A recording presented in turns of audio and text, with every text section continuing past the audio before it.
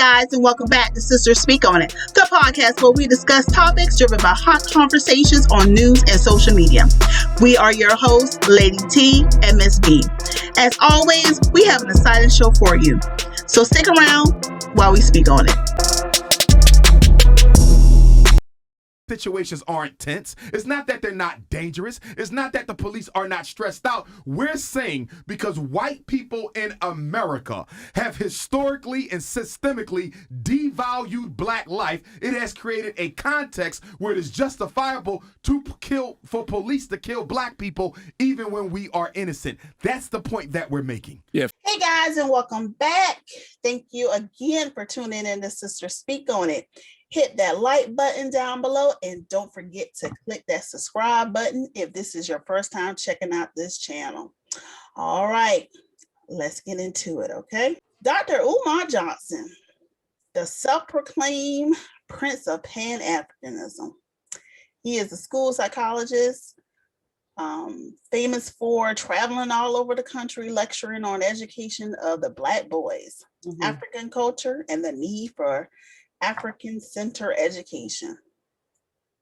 So on Monday, Umar visited the Breakfast Club to discuss a variety of topics. So was he right with some of the things that he mentioned during his interview, sister? Oh, I loved it. I loved almost everything that he was talking about. I thought he hit a lot of things head on. Now, a lot of people don't like it. They don't like the fact that, I guess because it's a lot of controversy with Umar Johnson, as far as like women he's been involved with, they say he preached, Pan-Africanism and having a black queen, but then he does the opposite. Then there are a lot of people have problem with, I guess, the school he was supposed to be putting up, and they felt like it was fraud behind it because a lot of money was collected for it and the school is still not together. But he did, discuss that, why the school is not up. Okay, let's break it up. Okay. Mm-hmm. First of all, they had him on there for ratings. Okay. This man been over there on the show, this fourth or fifth time? Like, for what? Every time he comes with a wealth of knowledge as far as from what I'm concerned. Only thing Umar doing is doing kitchen talk. Just like us getting together at the house and we having dinner and discussing about politics or what's going on in the news or what's going on in social media. That's exactly what he's doing. He's just doing kitchen talk. But did he not hit that kitchen talk like it's certain things that he said I agree with, but I can't receive the message because of the messenger. He full of what. And I think that's the problem with a lot of people, is that because of issues that they think they may know about Umar Johnson, or believe about Umar Johnson, that's been out there, these rumors. Ain't no rumors. Some of it is facts, and they not asking him the hardcore question. I don't want to hear I don't want to hear about all that crap that's going on in what's going on in the Black community. Because ain't you supposed to be a school psychologist? Well, hell, I want to hear about some school some kids with some disorders and stuff like that. I want to know the main thing I want to hear about. You've been collecting money for over 10 plus years for the school here from the Black community. These institutions that you want built. And you ain't doing nothing with them abandoned buildings in Delaware. So I don't want to hear about all this other crap because you are a hypocrite. That's what you are. Go ahead, sister. My thing is, I forgot about this here too. Oh yeah, because you got me rolling here today. Okay, now he mentioned during the interview, he does need 3 weeks. He got 3 weeks worth of work done left over in those daggone buildings. Yeah, okay. Them buildings is a hot mess. You got 3 weeks of Have you been in the buildings? baby. I seen the videos, and it's from him. He recording the videos on his IG. You got a gym, the sewage leaking up from the floor. You got the panels all down. What? All right, what? so I'm gonna stop you right there because that is the problem. In my opinion, I feel like that's one of the problems with, especially with the Black community. Like we focus on about him in the building, and I'm sorry, a lot of things he did touch on, whether people want to receive it or not. It was actually just good facts or whatever about things And that again, are us kitchen talk, and that's the problem now. This person here, they play on people emotions. They play on the Black people emotions. No, it's not playing No, on. yes, No. yes, he is. Again, It's the messenger. I'm focusing on this. this messenger because he ain't doing nothing else but what?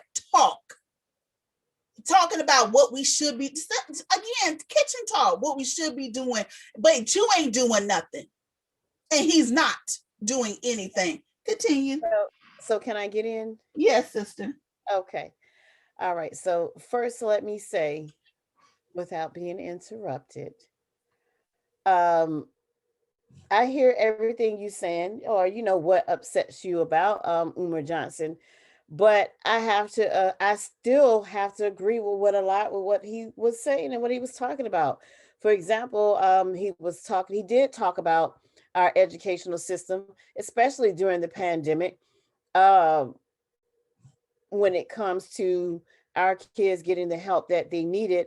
And I do agree with him. I believe that during the pandemic, it did bring out a lot about our educational systems, um, things that I already knew, but I guess it actually heightened it a lot more when the pandemic happened.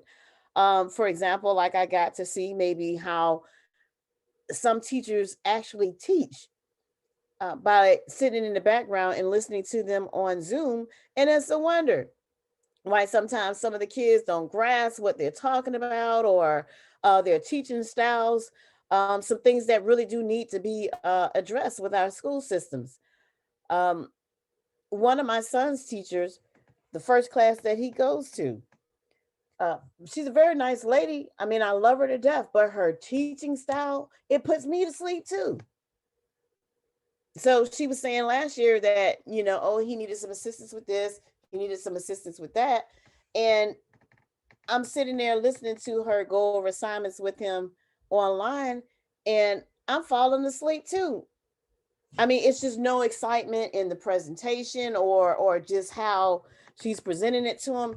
So I do believe, as he was stating some things he was pointing out as far as education and during the pandemic, those things that he were talking about, I do agree with.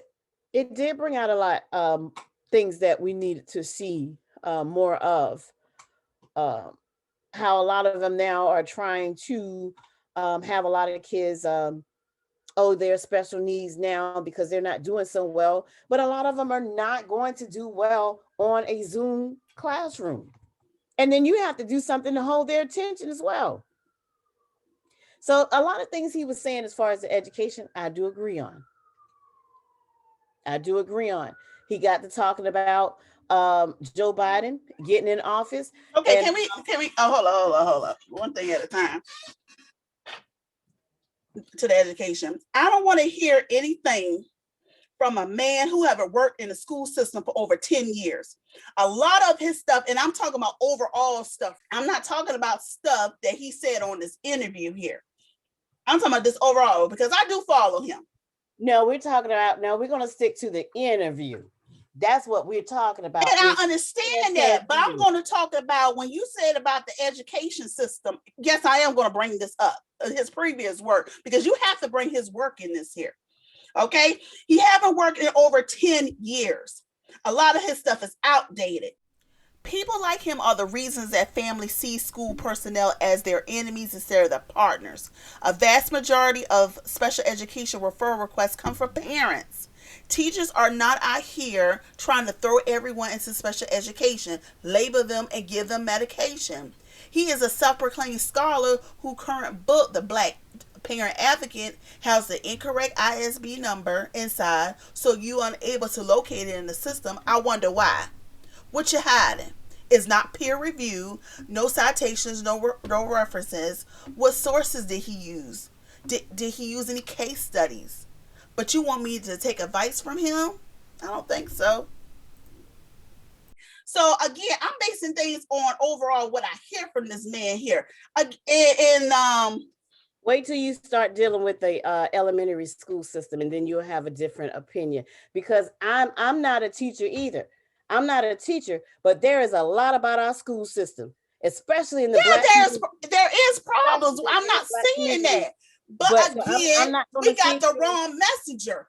This man hasn't been in a school system in over 10 years. What the hell where am I going to get advice from him? He don't even take care of his own children. He got 2 little girls he don't even take care of. So what the heck am I gonna get advice from this man for? So how would you know? Are you one of the mothers? Again, because it's public record that he owes child support. Okay, and let's move on. Okay, so let's continue on. Let's move on. Now, what you want to talk about next was the Joe Biden. Let's stick on the Breakfast Club interview. And we are. And he did hit some points regarding Joe Biden. I like Joe Biden. But what I don't like is he made a lot of promises on election night to African Americans, to Black people. Oh, you know, if it wasn't for you guys, I got you. And as soon as he hit the office, he has done everything for everyone else except for who put him in office. And I do feel like we do need to hold him accountable for that. And a lot of times I hear a lot of us saying, oh, we'll give him time. Because I was one of those that was like, we'll give him time to get in office. Why do we expect him to do this as soon as he get in office? But I'm also starting to notice but that you are getting in there and you're doing a whole bunch of different things for every other issue. We have one of the most gruesome and grueling issues going on right now with how police are killing up Black people, men, women, period. Where's our protection order that you signed like you did for the Asians? And I don't have a problem with the Asians. I love them. But where is ours?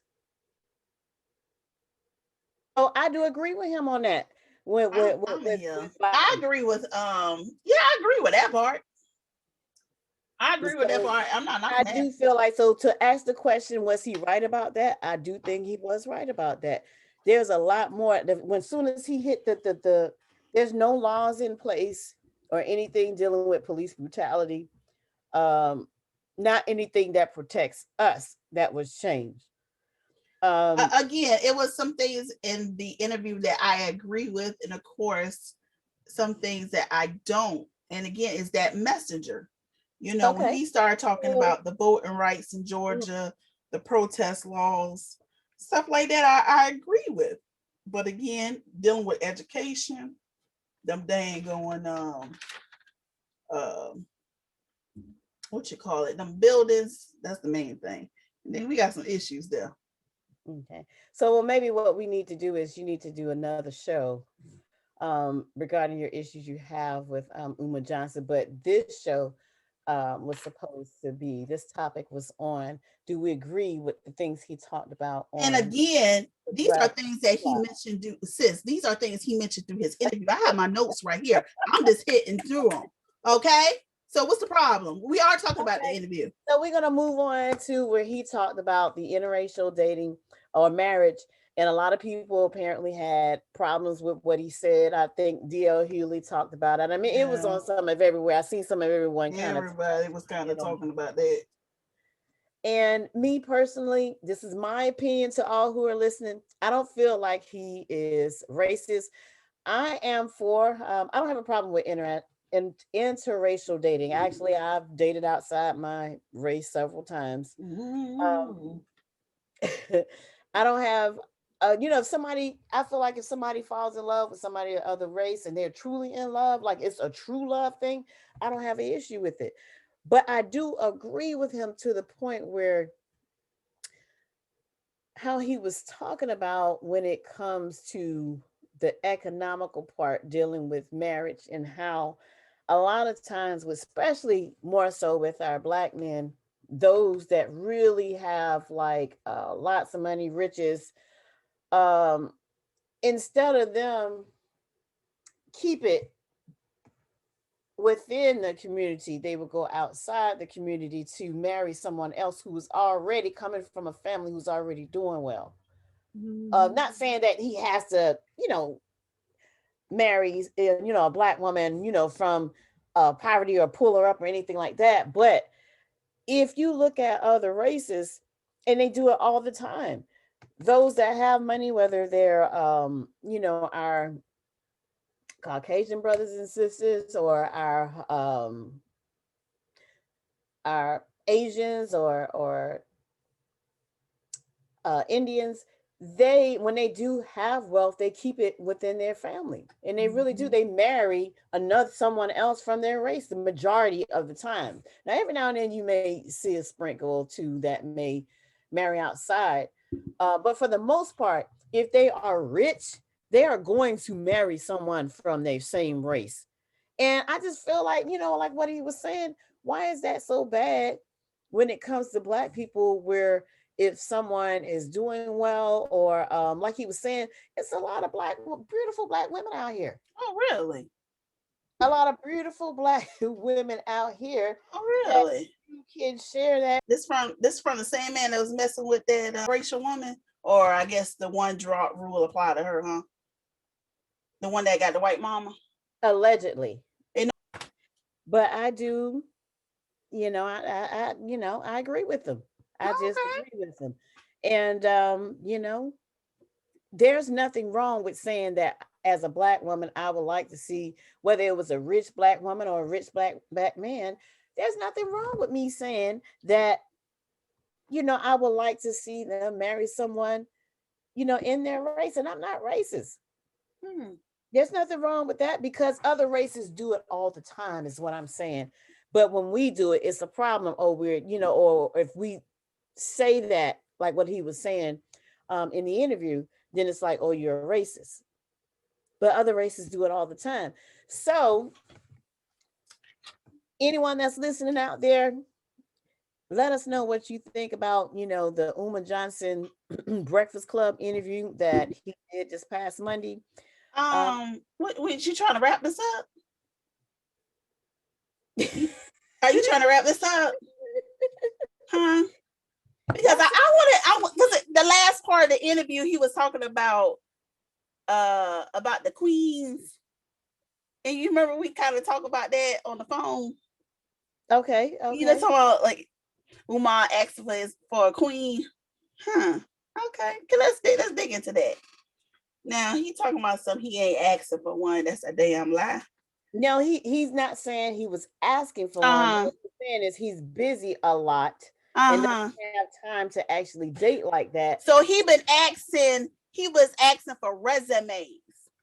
There's nothing wrong with that. Oh, so ain't nothing wrong with him asking for resumes, huh? There's nothing wrong with that. I mean, hey, people do it all the time on dating sites. You're putting up a resume. Yeah, it's the same thing. In a resume, huh? And then he got the nerve to talk about some the blonde weave and stuff. But you ain't had no problem sleeping with that conscious scripper, huh? That had that blonde weave, huh? Allegedly. And no, allegedly, it's facts, baby. That is facts. It happened in 2006. Yes, it did. Okay. So we are going to go ahead and wrap that up. No, we're not going to wrap this up. We're not gonna wrap this up. We're gonna continue because I got some other stuff. Then he's talking about some. He's gonna talking about some. He busy. He got nerves talking about he busy. He busy with work. What kind of work you do, Umar? Besides beg and talk and repeat words three times. We're getting away from the And breakfast. then you got some nerve. This is part of the interview. If you actually watch the interview, I did watch the this entire was at interview. the end, and I'm just going over what he said. He said he wanted a woman with a track record and activism in the Black community. Negro, you ain't even got no doggone track record of allegedly scamming. You do, begging you do. And then activism in the community. You ain't doing nothing. Where was you when everybody was doing all this protesting in all them different doggone cities? No, you was hibernating in your mama house, allegedly. You wasn't doing nothing. Y'all got the nerve to be trying to follow his words. You better get on some way. No one said anything about following his anyway. Words. Agree. You don't do anything in the community. Talking about some building institution. Heck, you brought a building allegedly for $400,000 and you ain't doing that, but you want to doggone build institutions. Oh goodness, don't get me started today. Okay, because if you're gonna get started on Umar Johnson, you might. And I'm gonna wrap it up. I'm gonna wrap it up, sis. I'm gonna wrap it up. Then he's talking about some just sitting around making YouTube videos and honey, how long? He got the nerve to talk about somebody sitting around making YouTube videos. You got a whole 2 channels on YouTube right now that you be posting your videos that you make on Instagram. What you do? I'm still trying to figure out what he do. Because he's not working in the schools. Okay, he begs all day. And y'all, I just can't get over it. Y'all follow this fool here. Anyway, we can wrap up the show, sis. Okay, so anyway, I just had to go over the rant. I just apologize, everybody, and get it off. But we tried to keep it around the Breakfast Club, and it is the Breakfast Club interview. If Sister if Miss V had listened to the interview, he mentioned those things at the very end, and I was just discussing it. It is part of the interview. So I gave my opinion on the interview. I felt like a lot that he hit on was actually some facts, whether, and I can understand where she's coming from, like not necessarily wanting to take the information from him because of a lot of the controversy that comes, that he has around his name. But I do agree with a lot of things that he was saying. Let us know what you think. Make sure you put a comment in the chime in the comments below. Let us know how you feel about Umar Johnson's Breakfast Club interview. If you disagree with anything that he said, let us know how you feel. Like I said, this is my opinion, my point of view, and this is Lady T's opinion and point of view. Let us know how y'all feel. Any closing remarks? You want to close us out, sis? Thank you for joining us to speak on it. Join us again next week for another topic. Make sure you subscribe to the podcast so you never miss an episode. And thank you for listening. Bye. Have a good night, y'all. Good night. Why